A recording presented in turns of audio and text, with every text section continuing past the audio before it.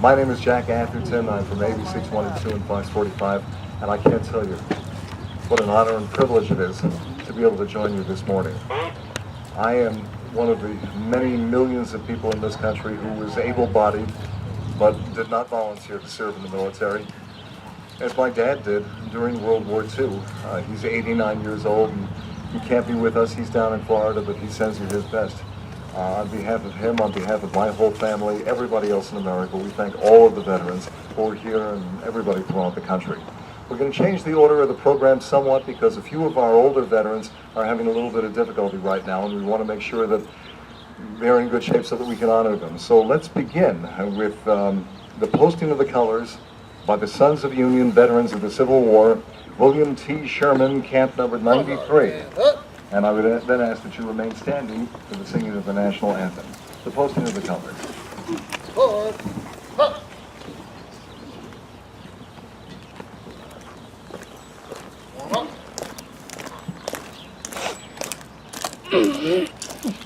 Color guard. Post. Colors.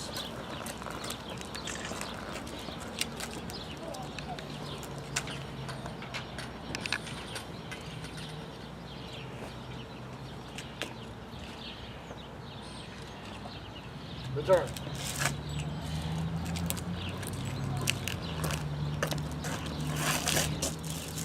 Color guard. Now, face. Forward. March. Oh, say, can you see by the dawn's early light what so proudly we hailed at the twilight's last gleaming, whose broad stripes and bright stars through the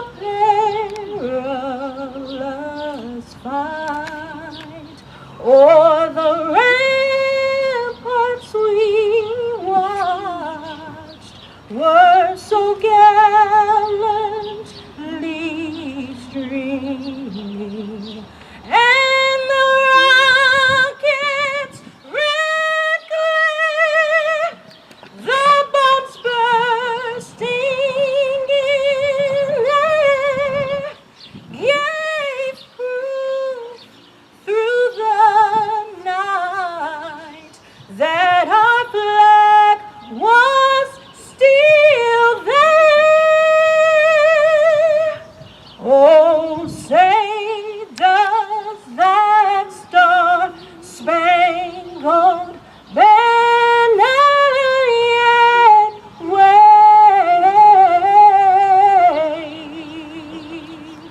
o'er the land of the free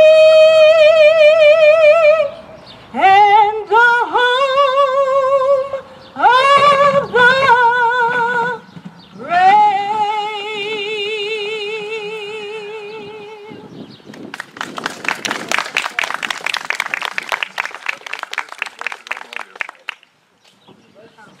This is Edith Thompson. Edith, thank you so much. All right, as I say, we're going to move right to the honoring of our veterans. And Mike, do you want to help us with that? And I think Kathleen too. Okay, I've got Albert Brown's family here. Okay.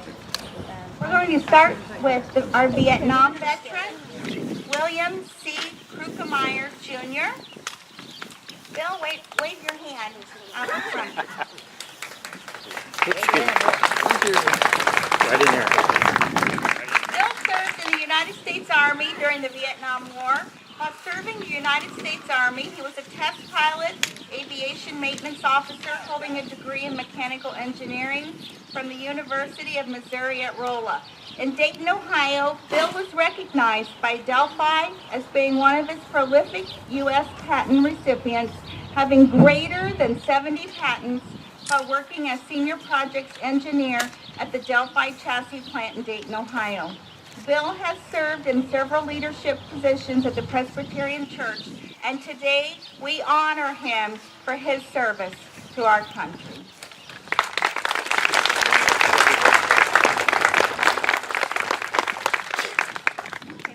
Next, honoree Albert Brown. Raise your hand, please. Enlisted in the United States Army, January 1943. Albert was trained in heavy weapons. In August of 1944, Albert shipped out to France. November 6, 1944, Albert was wounded in the Hurtgen Forest site of Battle of the Bulge. After being treated in England, he returned to his unit, now located in the Vosges Mountains of France. February 26, 1945, he and his unit were pinned down and Albert was taken prisoner and marched to the Limburg prison. He and a number of prisoners were transported in a crowded railroad boxcar with their destination of Berlin, Germany. At the town of Gießen, Germany, Albert and his fellow prisoners were liberated by the 7th Armored Division. Albert was honorably discharged from the United States Army November 1945. We honor Albert Brown for his military service.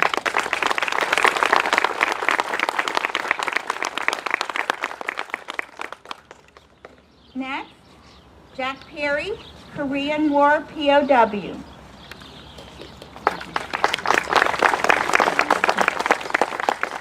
Enlisting in the United States Army, 1949, in Grundy, Virginia, Jack was 14 years old.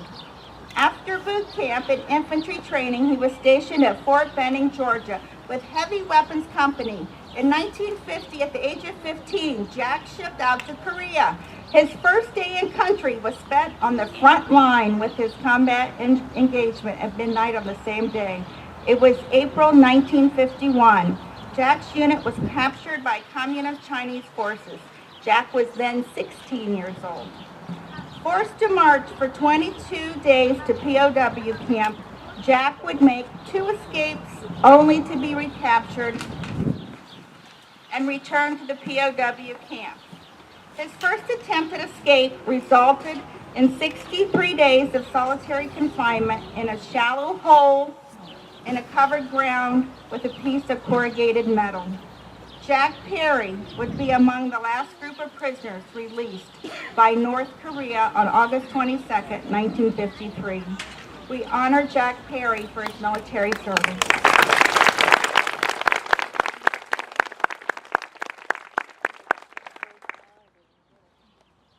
Jeremy F. Dobbins, our OEF veteran. Raise your hand, please, Jeremy. Jeremy is United States Marine Corps veteran, born in Springfield, Ohio. Jeremy entered the U.S. Marine Corps in 2006. He served as a combat infantry rifleman in Marja, Afghanistan. Jeremy is married and has 2 children. Currently, Jeremy is a student at Wright State University, majoring in mechanical engineering and history. He is a co-producer of the radio series program Veterans Voices and a partnership with Wright State University and Military Center, broadcast on 91.3 WYSO in Yellow Springs, Ohio. Thank you, Jeremy, for your service.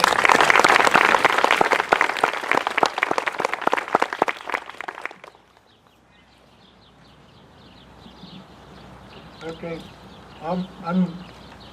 we made one mistake. We forgot to celebrate one of our other World War II veterans, and that is John R. Harshman. And he was actually worked in Building 26 at NCR, and gave us great service with it.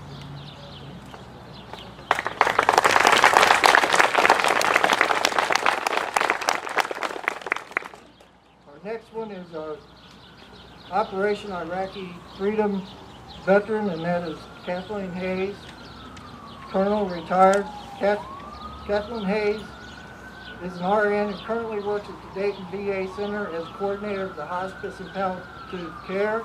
Kathleen enlisted in the U.S. Army in 1974 as a private. She spent 35 years in the United States Army and Army Reserve, rising to the rank of full colonel. She was a passionate advocate for all veterans, and her service included a tour in Iraq.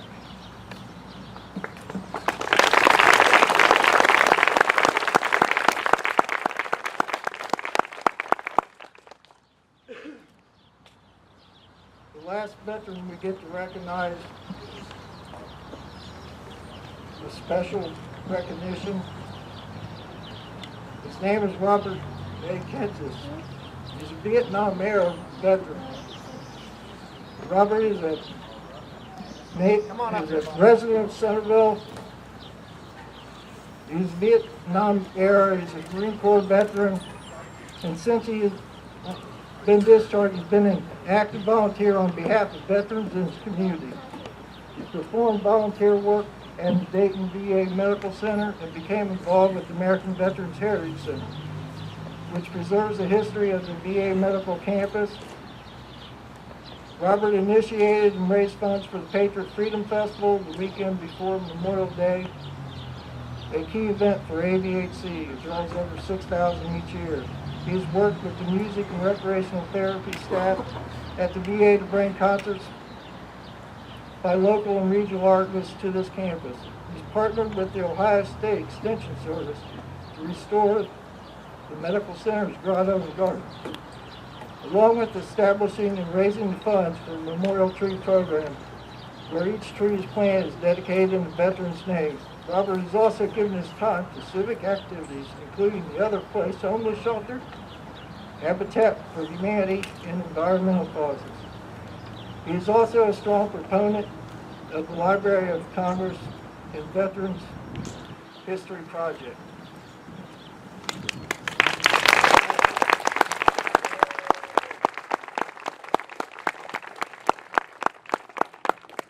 It's also an honor to call it my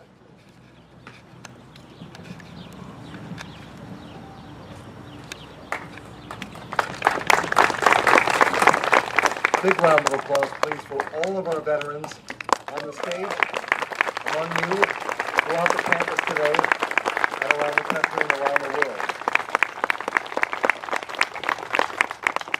We are honored to have a number of distinguished speakers this morning, but none is more venerated than the 16th President of the United States, who is here with his wife, Mrs. Mary Todd Lincoln.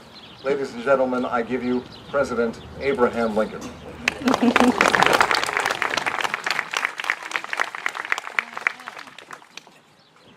Jack. November the 19th, 1863, Gettysburg, Pennsylvania. 407 years ago, our fathers brought forth on this continent a new nation, conceived in liberty and dedicated to the proposition that all men are created equal. Now we are engaged in a great civil war, testing whether that nation or any nation so conceived and so dedicated can long endure. We are met on the great battlefield of that war. We have come to dedicate a portion of that field as a final resting place for those who here gave their lives that nation might live. It is altogether fitting and proper that we should do this.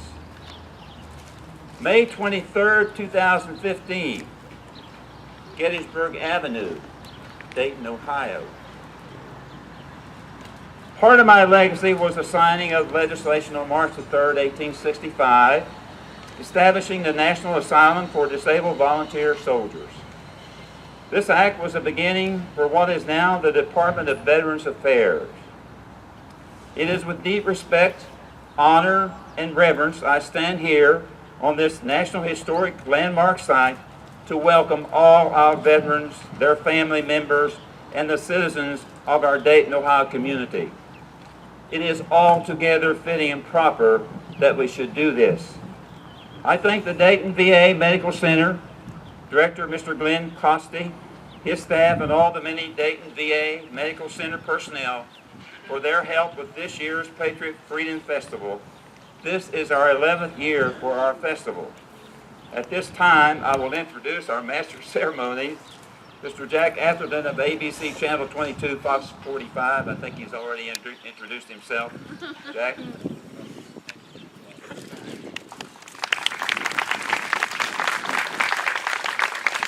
I hope you all have a chance to shake Mr. Lincoln's hand. It's an eerie feeling. Thank you, sir. Meeting the president puts me in mind of one of his predecessors, and it seems altogether fitting and proper that this morning we might reflect on how our very first president was a veteran. Our framers were the most brilliant collection of statesmen, scholars, political thinkers, and yet they chose one of the ostensibly least well-educated men among them to lead our nation and set the most important precedents for the United States of America going forward. And I think that was because they knew that George Washington was a man of bravery and devotion, as he had shown at Valley Forge. He was a man of real audacity, as he showed in crossing the Delaware and turning the tide of the war. He was a man of remarkable leadership. He got everybody to support him unanimously through years of a war that was fraught with the danger every day of loss and the death of all those who would put their names to the Declaration of Independence. But there was something else about George Washington.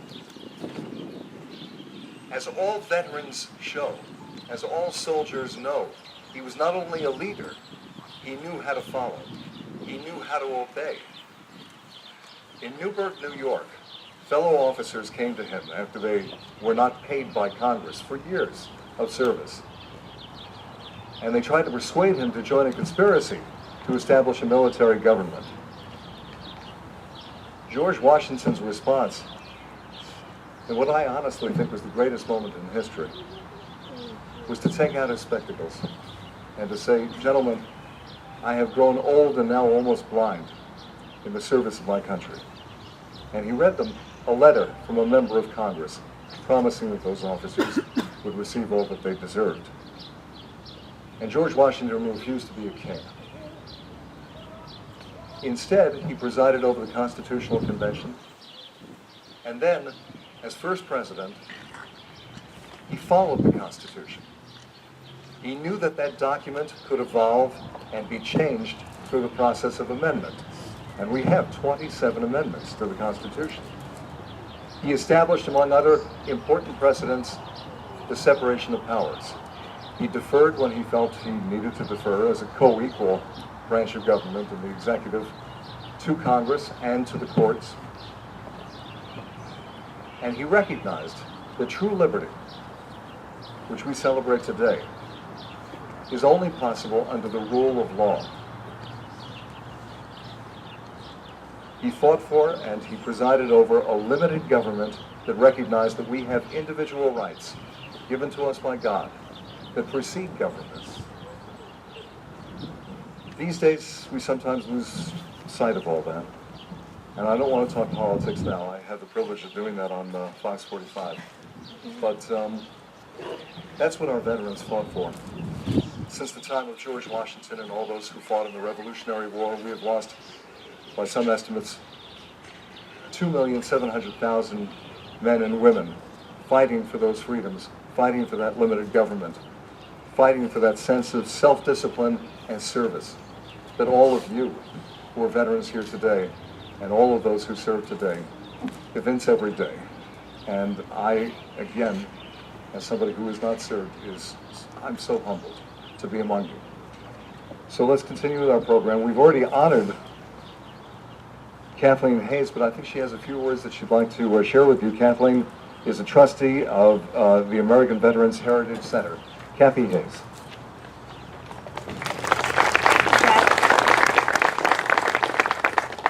My name is Kathy Hayes. I know I'm on my tiptoes. And I'm a trustee with the American Veterans Heritage Center. Established in October 2000, the American Veterans Heritage Center works in partnership with the Dayton VA Medical Center. Our office is located on the VA campus, Building 120, the historic Putnam Library. And if you look right over here to my right, your left, it's the building right on the corner. American Veterans Heritage Center vision is to preserve assets and the history of the Dayton VA campus, to make it a national model for honoring and supporting our America's veterans.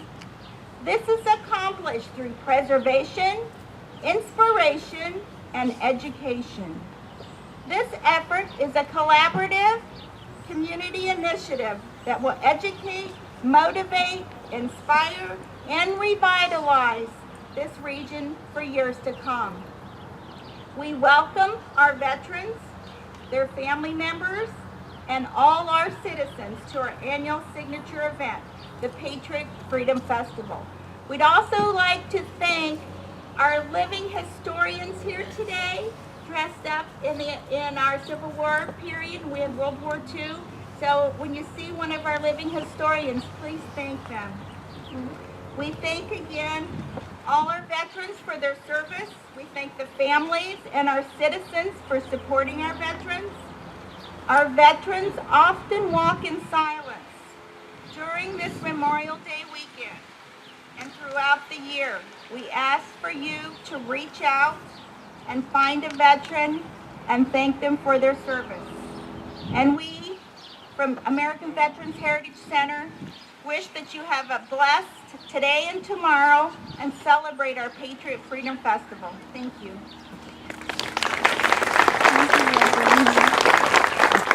Thank you, Catherine. I wish we could individually recognize all of our reenactors, but do I see Generals Grant and Lee over to my right? Big round of applause for them.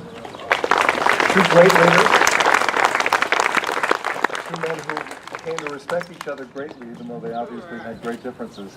That's something we can all learn from today. Gentlemen, thank you. General Grant, of course, an Ohio boy. You can go and see his birthplace.